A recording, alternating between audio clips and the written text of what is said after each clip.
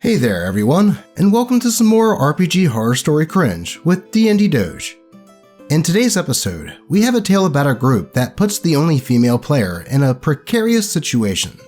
A story about some of the dumbest reasons to not include gunslingers in a game of Dungeons & Dragons, and much more. But before we get into those, here is Nipsey with a very important message. Remember to like, comment and subscribe. I like this fish. I hope they do, Nipsey, as it really does help to push these videos into the algorithm and helps the channel grow. But with that said, let's get into these stories.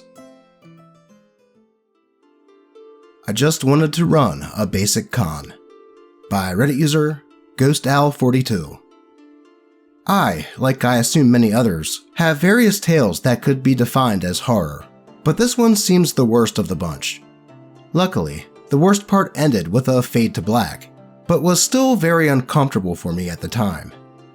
As a background, I was the only female player, with the rest being guys, including the Dungeon Master. And the cast is, the DM, had taken over the campaign after a previous DM bailed, and was adapting the game into his own homebrew world and plot. Myself, a charlatan con woman that was good at running cons, especially if it would prevent having to fight. A rogue that likes stealing and sneaking, was Soul Knife to be able to use telepathy. And Paladin, who had recently been having issues with the game and in conflict with various people, including myself and the Dungeon Master. One of the reasons given was that when making plans, his ideas weren't listened to, so was trying to make an effort to include his ideas in plans going forward. There were other player characters who were there, but not as active in the current horror show. We had a mission to infiltrate a noble's castle during a party to find information from a specific person and search for a MacGuffin. I suggested disguising some of us as servants, since a party might have a lot of new people coming and going.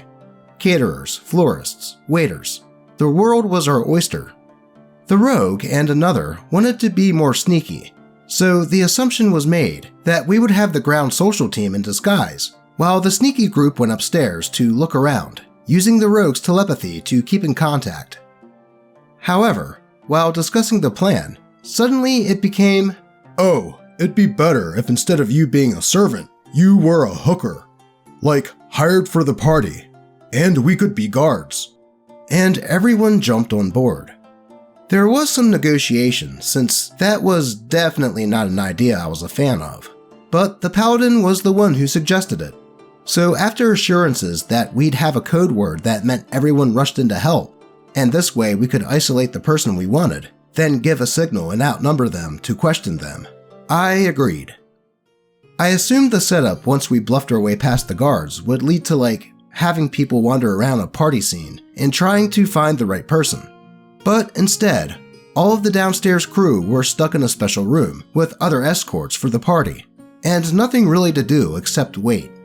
The upstairs people had fun being sneaky in the meantime, but the downstairs group continued to wait, until the right person liked the look of my character and let her off, which led to lots of, I try to make eye contact with the others so they know to follow, and plenty of using the code word to let them know that it was go time via telepathy. And then, no one came. There were guards seen where my player character was led, so it was decided that it was actually too risky to carry out the plan. So everyone just ignored the repeated code word for help, and then the plain, "No, I really need help here, guys." And then the Dungeon Master issued a fade to black, and let my player character leave the next morning. After I realized the whole plan was no longer happening, I was just silent. I had not wanted anything like this to happen, but also wasn't sure what to do. My character was essentially a glass cannon, so was not equipped to do much herself, and there were guards, so even if she could take on the target, she couldn't manage a group of enemies on her own. There were no good ways to escape. I had just kept hoping that the Dungeon Master would give me an out, and instead it was just, "The night passes." Luckily, I am out of that campaign now, but it was not an enjoyable experience. The only vague positive was, much later, another player wanted to talk to me, because afterwards, apparently he and the DM had discussed it, and felt that the entire situation was messed up, but apparently never said anything to me at the time. So it's nice at least that some of them realized how messed up the situation was. That is a bit messed up that the Dungeon Master made that situation so that OP's character had to essentially spend the night with someone when she wouldn't want that. Sure, he did the fade to black, but the implication is still there.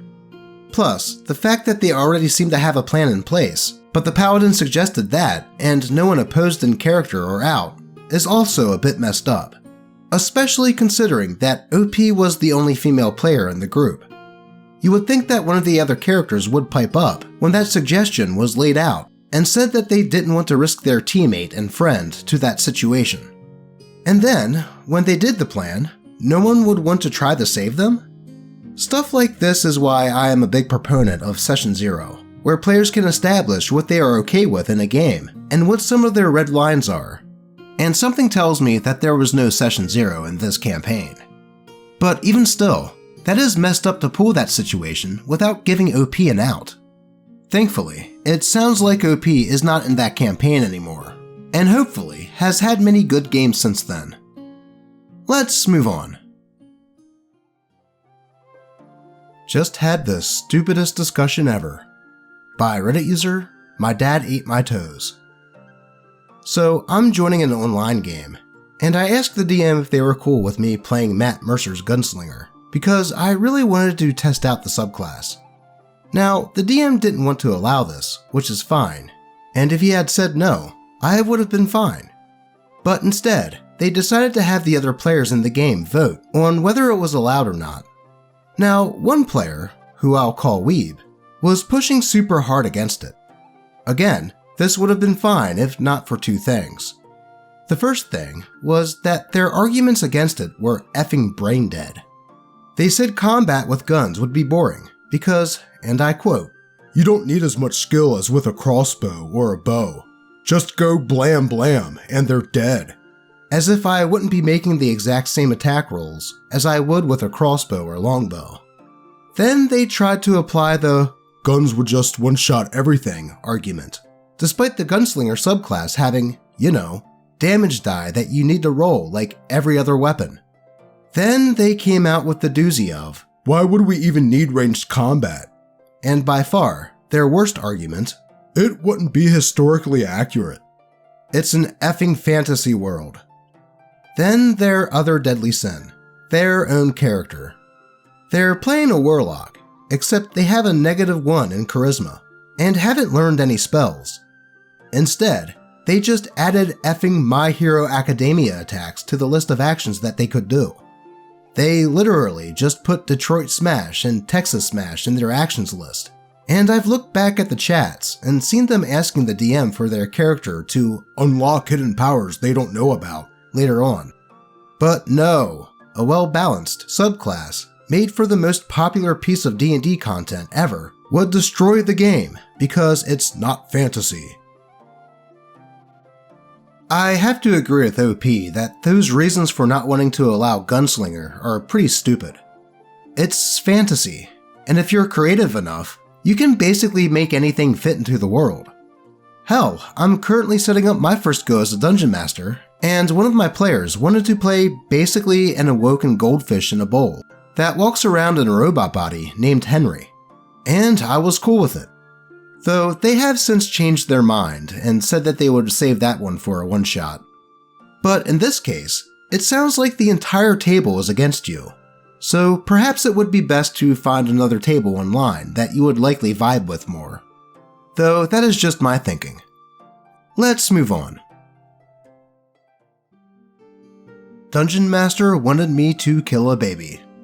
By Reddit user, Maple Lobs. So this just happened, and I'm still processing it. I've joined a D&D 5e game a few months ago, and was playing as a sweet Furbolg Bulgarian mom that wanted to find her missing child. The other players were a wizard, a druid, a rogue, and a bard. In this world, shooting stars are a big source of wild magic, and my character suffered through some effects of the wild magic from the star that was inside the druid's heart. At first, I thought it was a nice way to introduce my subclass as a wild magic barbarian. The Dungeon Master said that there was a soul trying to take over my character's body, and that the party needed to go inside her memories so she could fight against it and exit her coma. He narrated a village full of sweet furbolgs in the middle of a festival, with my character with her little baby, giving him a bath, food, and holding them gently. The wizard and the bard gave a tearful speech, trying to make her snap out of that illusion. It was really good roleplay, but nothing that they said or did would make my character remember them. I asked, with what they told me, do I see something strange in my memories that could indicate the other soul? You sense something weird coming from your baby, the DM said. Oh, okay. I went to look closer at him. It's the image of your son, but the soul is trapped in it. You need to kill it. I immediately said that I was not comfortable with this, but he only said that I failed the mission and my character died. I ended up getting a nasty headache and my throat got sore, so I left to go for a walk, and then the session ended, and the other players argued with him while I was gone. Dude, the moment she said she wasn't comfortable, you needed to stop, said the rogue. What could I do? My games are dark fantasy. I need the shock value. Besides, I've DM'd to other people similar stuff, and no one complained there. Note: it was not informed prior to the events that this was a dark fantasy game, but still, I told him that there was a limit to everything. In conclusion, I left the game, and he got kicked out of mine.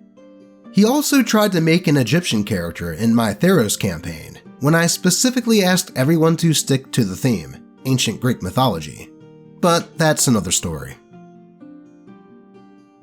Don't get me wrong, shock value can be good in any tabletop RPG, but it should be done with some tact. It sounds like the Dungeon Master wanted to run a dark-themed campaign, but didn't state as much to the players. And when one player simply said that they weren't comfortable with what the DM said they needed to do, the Dungeon Master just ups and offs their character. And that's a bit overkill in my opinion. Let's move on.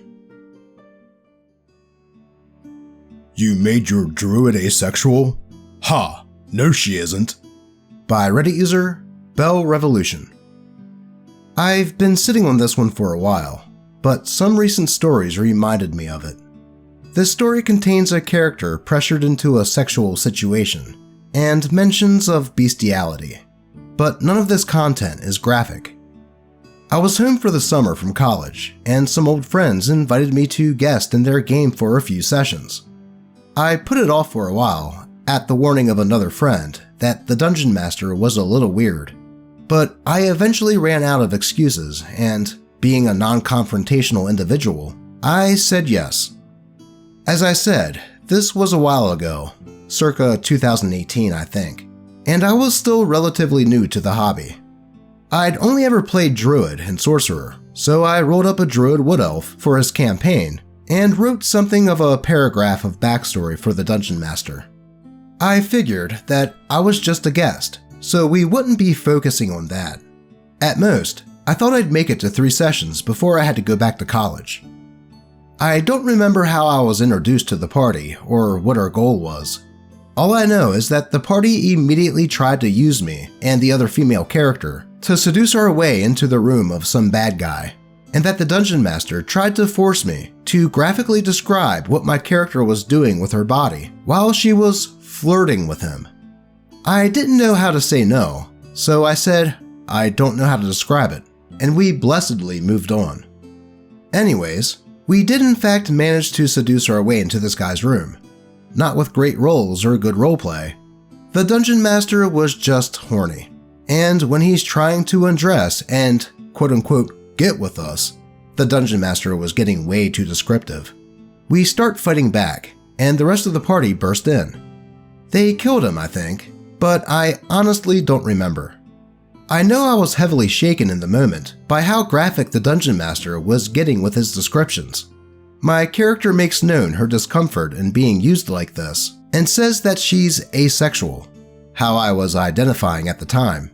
And the Dungeon Master looks at me and says that if I was living in the forest alone for 300 years, I must have gotten bored and had a romp with some of the wildlife, in or out of my wild shape.